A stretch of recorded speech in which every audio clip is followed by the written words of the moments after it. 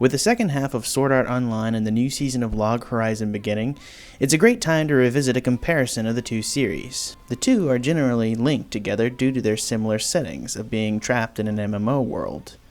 Due to Sword Art Online's financial success, many people expected a lot of offshoot series based on the same premise.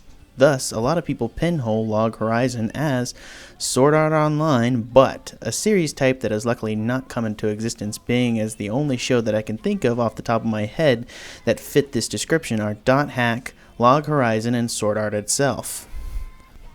While Log may come second, I generally enjoyed it more than SAO. Though having said that, I wish to make the argument that a comparison between these two shows is pointless as they are entirely different in nearly every way.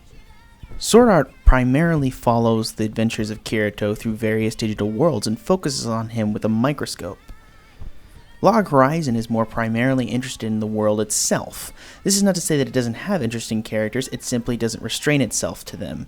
It's a lot like the differences between third and first person when you read a story, but it ultimately lends itself to shaping two entirely different series. The first and best episodes of SAO are episodic in nature and act as self-contained vignettes. We get a small view of the world of Ankrid that supports SAO message of the suffering such a situation would cause.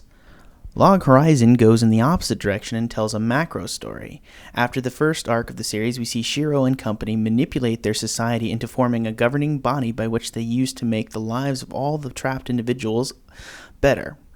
Watching Shiro manipulate hundreds of people into doing his bidding is amazingly fun, and the series gives him enough social awkwardness to keep him relatable. It is fun to note, however, that as an action fantasy series, nearly half the episodes don't contain any action fantasy. You might ask, if it has no action fantasy, how can it be a good action fantasy series?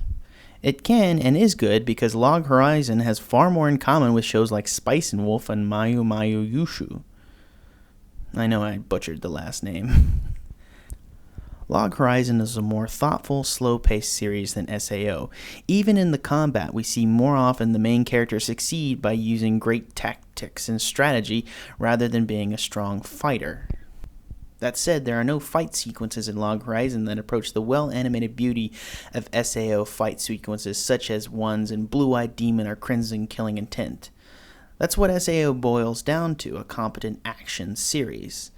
A lot of the flack SAO gets tends to revolve around the way the series shifts at the midpoint of the first season, primarily with how the world we got to know and love is entirely replaced. They lower the stakes for the whole series by removing the permadeath scenario. The strong female characters are nerfed, one being in particular reduced to a princess in trouble, who also has to bear an incredibly creepy tentacle-esque scene, and a boring romance subplot about Kirito's sister is added.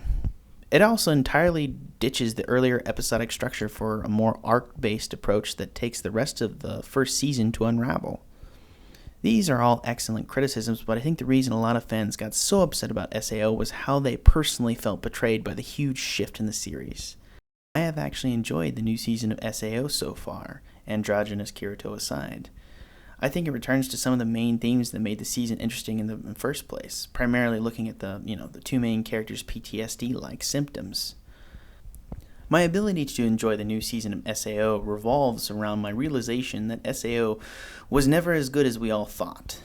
The seeds of all the above complaints I listed are littered through the first couple of episodes. The lack of respect for Asuna is shown in Crimson Killing Intent when they have a dick measuring fight over who gets to keep her. Kirito then has to protect her from killing somebody in the same episode. Also, the earlier episodes have the harem-esque subplots added in for no purpose.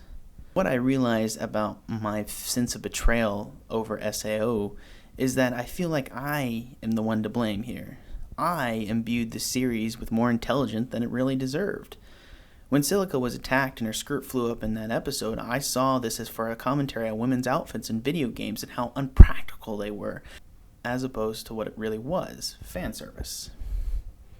SAO at times is very intelligent. The episode with the Black Cats is still as heart-wrenching as ever, and the end of the first season where Kirito was forced to simultaneously battle in the digital and the real world is metaphorically strong.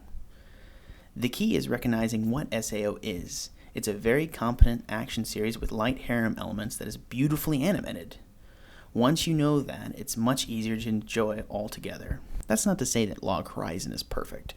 The arc system that it employs can leave the pacing a little funny, and also each of the individual arcs can have very different flavors from one another. Near the end of the first season, we also see the formation of a semi-lolly harem that is kind of creepy and generally uncomfortable to watch. All the same, I do still prefer Log to SAO, but I think I've proven the point that the shows are entirely different as to make a comparison utterly pointless. I guess I really lived up to the show's title this time. For Unhelpful Media, this has been Gladfly.